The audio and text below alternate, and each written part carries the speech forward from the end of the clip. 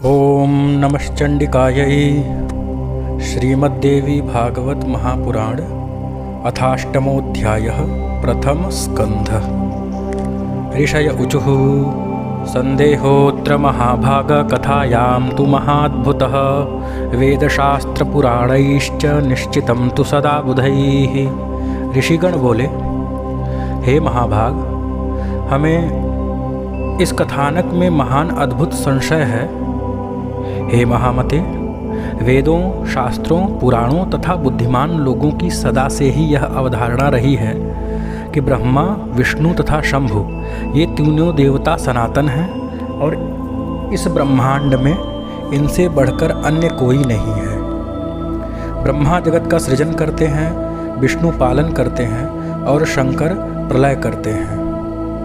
ये तीनों ही इसमें कारण हैं। ब्रह्मा, विष्णु, महेश ये तीनों देवता एक ही मूर्ति के तीन स्वरूप हैं। ये लोग क्रमशः सत्व, रज और तम गुणों से युक्त होकर अपना अपना कार्य करते हैं। उन तीनों में माधव, पुरुषोत्तम, आदिदेव, जगन्नाथ, श्रीहरि ये श्रेष्ठ हैं। वे सभी कार्य संपादित कर पाने में समर्थ भी हैं। अनुपम तेज वाले विष्णु से बढ़कर सर्वसमर्थ अन्य कोई भी नहीं है। यह जगत की उत्पत्ति जो है उन्हीं के द्वारा, उन्हीं के निर्देशों से हुई है।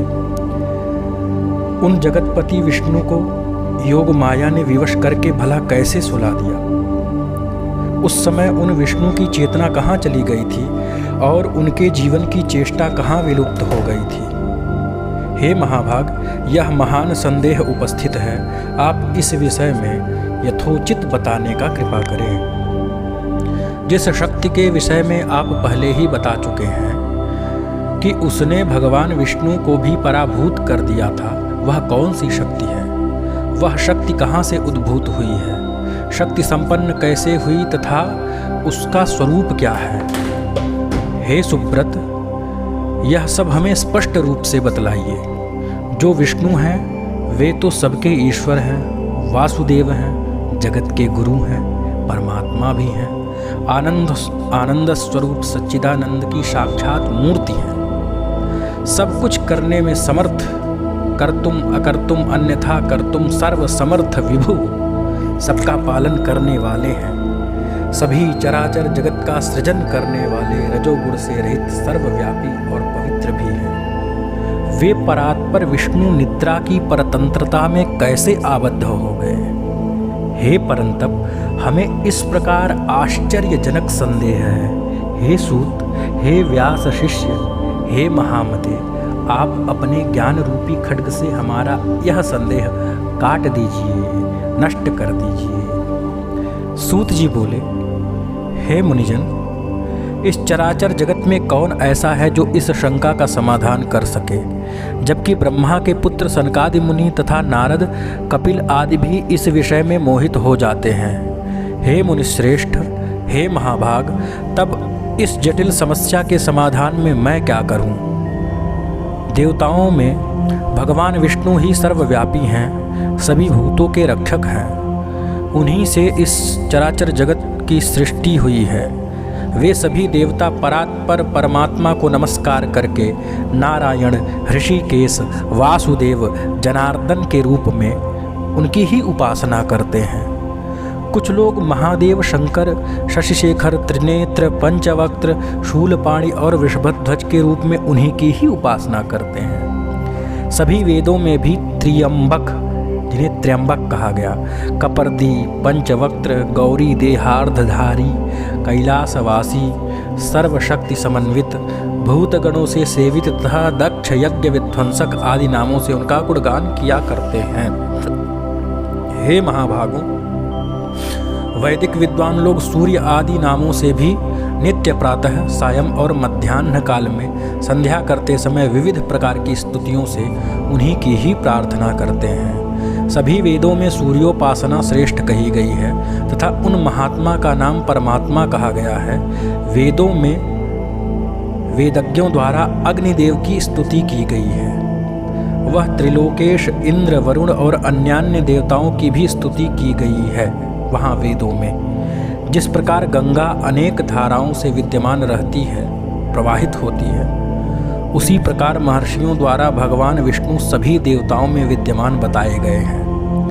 मनीषी विद्वानों के 3 प्रकार के मुख्य प्रमाण बताए गए हैं। प्रत्यक्ष, मनीषियों के द्वारा प्रत्यक्ष, अनुमान और तीसरा शब्द प्रमाण। अब न्याय के पंडित 4 प्रमाण मानते हैं: प्रत्यक्ष, अनुमान, उपमान एवं शब्द प्रमाण। परंतु अन्य मीमांसा के विद्वान लोग अर्थापत्ति को लेकर 5 प्रमाण मानते हैं। पौराणिक विद्वान 7 प्रमाण बताते हैं। प्रमाणों से भी जो दुर्गेय है वह है परब्रह्म। इसलिए इस विषय में बुद्धिशास्त्र एवं निश्चयात्मिका युक्ति से बार बार विचार करके अनुमान करना चाहिए। साथ ही सन्मार्ग का अद्भुत संतों का संसर्ग प्राप्त करना चाहिए, जिससे अनेकों दृष्टांत द्वारा इस बात को प्रत्यक्ष किया जाए, संतों के द्वारा ज्ञान विज्ञान के चिंतन को बताया जाए। बुद्धिमान मनुष्य को सर्वदा उन संतों का संग करके दिव्य ज्ञान के स्तुति को, ज्ञान के प्रवचनों को सुनना चाहिए, तभी प्रमुख ज्ञान की प्राप्ति हो पाती है। प्रायः सभी पुराण तथा विद्वान ऐसा भी कहते हैं कि ब्रह्मा में सृष्टि करने की शक्ति, विष्णु में पालन करने की शक्ति, शिव में संहार करने की शक्ति, सूर्य में प्रकाश करने की शक्ति तथा शेष और कच्छप में पृथ्वी को धारण करने की शक्ति स्वभावतः विद्यमान रहती है।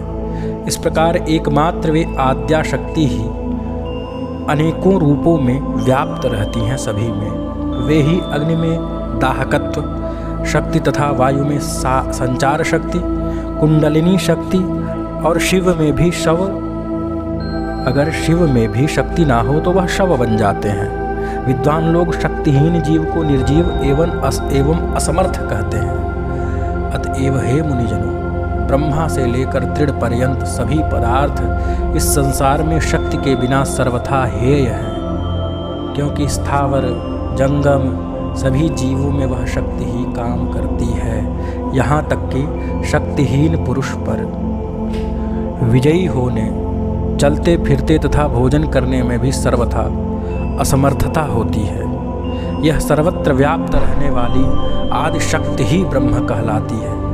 बुद्धिमान मनुष्य को चाहिए कि वह अनेक प्रकार के यत्नों द्वारा सम्यक रूप से उसकी उपासना करे तथा उसका चिंतन करे। भगवान विष्णु में सात्विकी शक्ति रहती है, जो बिना वे अकर्मण्य हो जाएं अगर वह शक्ति ना हो। ब्रह्मा में राजसी शक्ति रहती है, वे शक्तिहीन हो जाएंगे अगर यह शक्ति उनमें न रहे। और शिव में तामसी शक्ति रहती है, तामसी शक्ति के बिना शिव शक्तिहीन हो जाएंगे, उनमें कोई शक्ति रह ही नहीं जाएगी। इन्हीं शक्तियों के प्रबलता से, बल पर विष्णु अपने कार्य को करते हैं, ब्रह्मा अपने कार्य को करते हैं और शिव भी उन्हीं की ही प्रेरणा से कार्य करते हैं, उन्हीं की ही शक्ति से करते हैं। इस विषय पर मन से बार बार विचार करके तर्क वितर्क करते रहना चाहिए। शक्ति ही संपूर्ण ब्रह्मांड की रचना करती है, सबका पालन भी करती है और इच्छानुसार इस चराचर जगत का संहार भी करती है।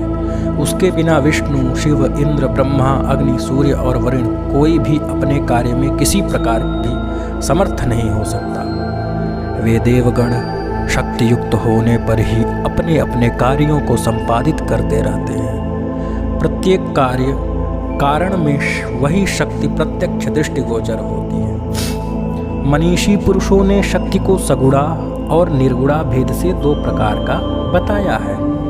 सगुणा और निर्गुणा भेद से 2 प्रकार की जो शक्ति है उसकी उपासना आसक्त जनों, जो सगुणा शक्ति है आसक्त जनों के द्वारा, और निर्गुणा शक्ति जो की उपासना अनासक्तों के द्वारा करनी चाहिए।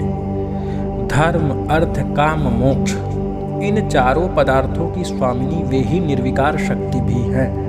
विधिवत पूजा करने से वे सब प्रकार के मनोरथ पूर्ण करती हैं। अगर आसक्ति अथवा गृहस्थ हो तो सगुणा शक्ति की उपासना करो, और संन्यस्त हो तो निर्गुणा शक्ति की। सदा माया से घिरे हुए अज्ञानी लोग उस महाशक्ति को नहीं जान पाते। यहाँ तक कि कुछ विद्वान पुरुष उन्हें जानते हुए भी दूसरों को भ्रम में डालते हैं। कुछ मंद बुद्धि पंडित अपने उदर की पूर्ति के लिए कली से प्रेरित होकर अनेक प्रकार के पाखंड करते हैं। अनेकों बनावटी देवताओं का नाम लेकर के, अनेकों कल्पना करके देवताओं की पूजा कराते हैं। हे महाभागों, इस कली में बहुत प्रकार के अवैधिक और भेद मूलक धर्म उत्पन्न होंगे। दूसरे युगों में ऐसा नहीं था। स्वयं भगवान विष्णु भी अनेक वर्षों तक कठोर तप करते हैं। ब्रह्मा जी, शिव जी भी ऐसा ही करते हैं।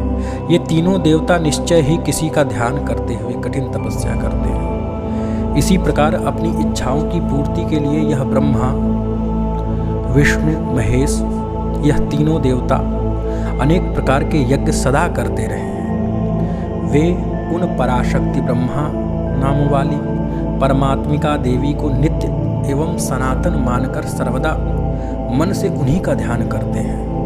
हे मुनिश्रेष्ठ, सब शास्त्रों का यही निश्चय जानना चाहिए।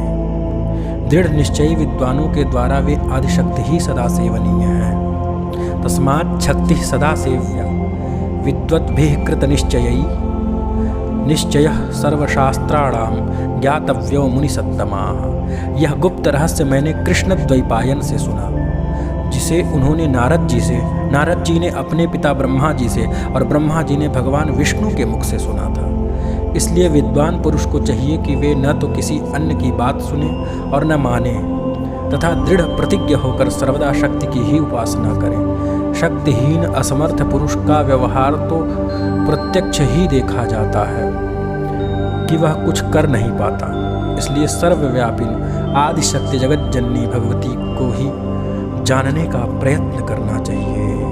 शक्ति क्रीडा जगत सर्वम, यह संपूर्ण जगत शक्ति की ही क्रीडा है। ओम श्रीमद्देवी भागवते महापुराणे अष्टादशसाहस्र्यां संहितायां प्रथमस्कन्धे आराध्य निर्णय वर्णनम नामाष्टमोऽध्यायः। ओम।